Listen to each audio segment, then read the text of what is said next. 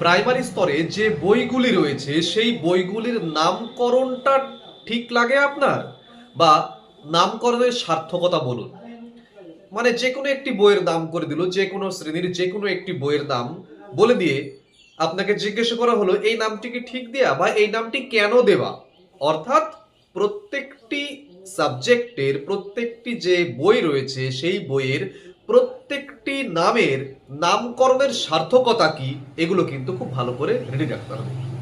আজকে এই ভিডিওতে প্রাইমারির সমস্ত বইগুলোকে এক জায়গায় করে তাদের নামকরণের সার্থকতাগুলো বলে দেওয়া হচ্ছে।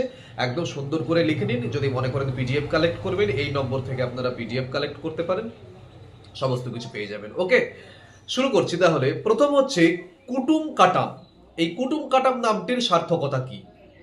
কুটুম কাটাম নামটি শিশু মনের আপনজনের অনুভূতিকে জাগিয়ে দেয়।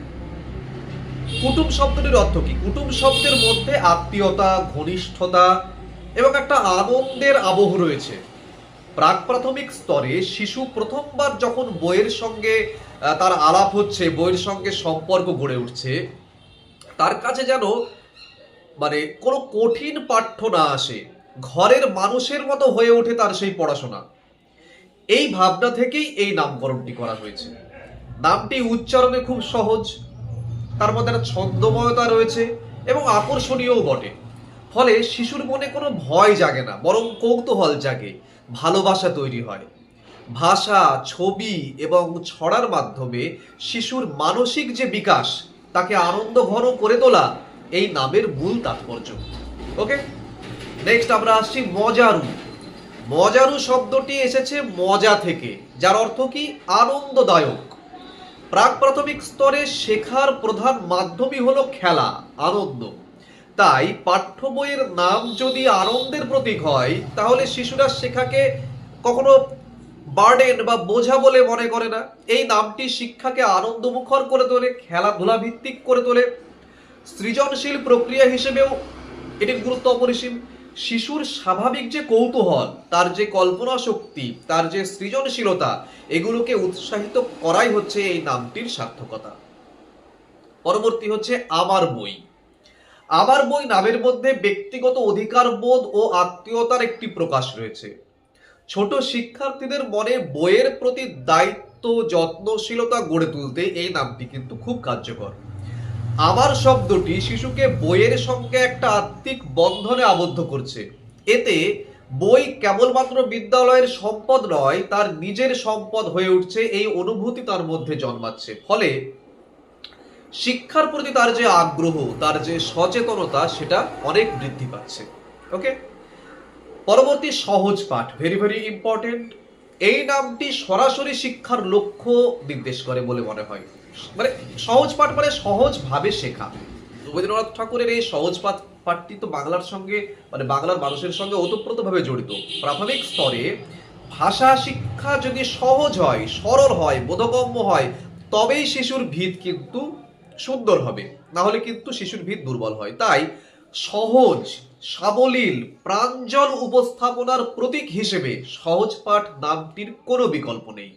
ওকে, পরবর্তী স্বাস্থ্য ও শারীর শিক্ষা। এই নামটি শিক্ষার একটি গুরুত্বপূর্ণ দিককে স্পষ্টভাবে প্রকট করে, শরীর এবং মনের সুস্থতা। প্রাথমিক স্তরে স্বাস্থ্যবিধি, পরিচ্ছন্নতা, ব্যায়াম, খেলাধুলার গুরুত্ব অপরিসীম। নামটির মধ্যেই বিষয়বস্তুর স্পষ্ট ধারণা পাওয়া যায় একটা, তাই না? এটি শিশুদের মধ্যে সুস্থ জীবনযাপন, তার যে শারীরিক সচেতনতা ইত্যাদির বীজ রোপণ করে। সুতরাং এই নামটিও একদম সার্থক। পরবর্তী হচ্ছে জগৎবাড়ি। জগৎবাড়ি নামটির সার্থকতা কি? জগৎবাড়ি শব্দটি পৃথিবীকে নিজের বাড়ির সঙ্গে তুলনা করতে শেখায়। এতে শিশুর মনে বিশ্বকে জানার আগ্রহ এবং বিস্ময় বোধ জেগে ওঠে। বাড়ি যেমন পরিচিত, নিরাপদ একটি স্থান একটি শিশুর কাছে, তেমনি এই বই শিশুদের চারপাশের পৃথিবীকে সহজভাবে পরিচিত করে তোলে। গোটা পৃথিবীটাই তার ঘর, কসমোপলিটন যেটাকে আমরা বলি, বিশ্ব নাগরিক। সামাজিক ও প্রাকৃতিক পরিবেশ সম্পর্কে প্রাথমিক ধারণা দেওয়ার জন্য এই নামটি একদম তাৎপর্যপূর্ণ। পাতাবাহার। পাতাবাহার শব্দটি রঙিন পাতা এবং বৈচিত্র্যের একটি ইঙ্গিত দেয়। এই নামটি বইয়ের বিষয়বস্তুর যে বৈচিত্র্য, তার যে রঙিন চিত্র ও আকর্ষণীয় উপস্থাপনাকে নির্দেশ করে সুন্দরভাবে। একটি গাছের নানা রঙের পাতা যেমন তাকে সুন্দর করে তোলে, তেমনি নানা বিষয়, নানা রচনার সমাহার এই বইটিকে একদম আকর্ষণীয় করে তুলেছে। এই ভাবনার প্রকাশই নামটির সার্থকতা। পরবর্তী হচ্ছে ভাষাপাঠ।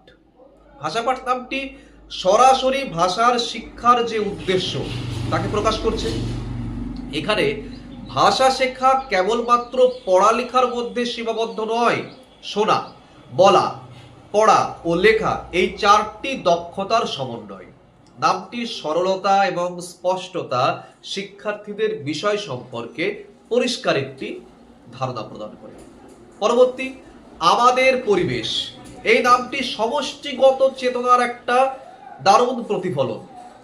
আমাদের শব্দটি একটি দায়িত্ব বোধ জাগিয়ে তোলে কিন্তু, তাই না?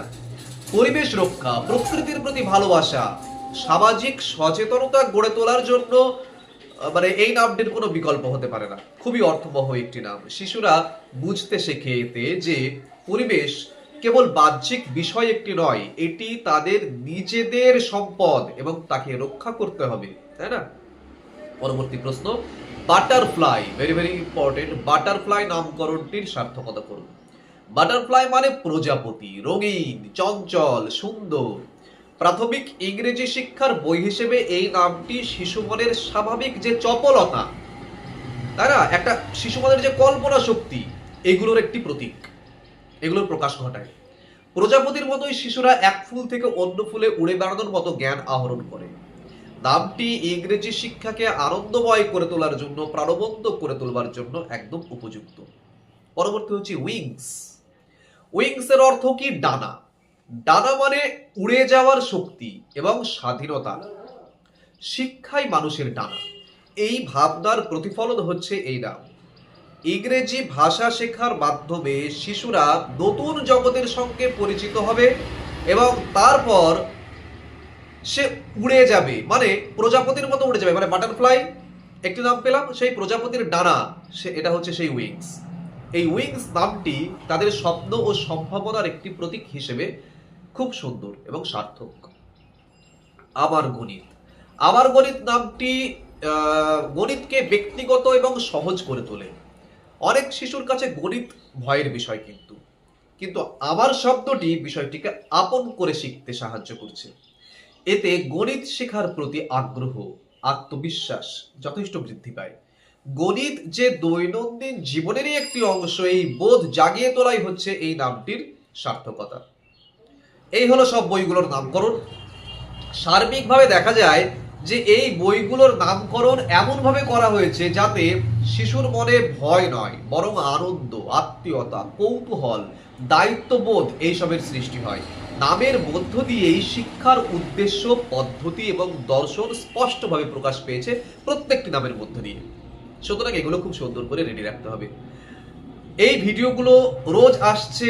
আমি দুদিন একটু ব্যস্ত ছিলাম বলে দুদিন ঠিকঠাক করে ভিডিও দিতে পারিনি। এই ভিডিওগুলো কিন্তু রোজ আসছে। ইন্টারভিউয়ের শেষ দিন পর্যন্ত এই ভিডিওগুলো চলবে। এই ধরনের জিনিসপত্র এত গুছিয়ে সুন্দর করে আমার মনে হয় খুব কম জায়গাতেই আপনারা পাবেন। এগুলোকে নোট ডাউন করুন। যদি মনে করেন পিডিএফ কালেক্ট করবেন, পিডিএফ এর নম্বর দিয়ে দিয়েছি ভিডিওর মধ্যে, সেখান থেকে আপনারা পিডিএফ দিয়ে দিতে পারেন। এবং চ্যানেলটি সাবস্ক্রাইব করুন, সব থেকে বড় কথা, কারণ চ্যানেলটি সাবস্ক্রাইব না করলে, নোটিফিকেশন বেলটি না বাজিয়ে রাখলে আপনারা কিন্তু এই ধরনের ভিডিও কিন্তু পাবেন না। তাই চ্যানেলটি সাবস্ক্রাইব করুন এবং ভিডিওগুলো দেখুন। এবং পূর্ববর্তী প্রচুর ভিডিও রয়েছে, প্রাইমারি ইন্টারভিউ এসএলএসটির জন্য প্রচুর ভিডিও বানিয়ে দিয়েছি এবং টোটাল প্লেলিস্ট এই আছে, রেডি আছে, সেগুলো ভালো করে দেখুন।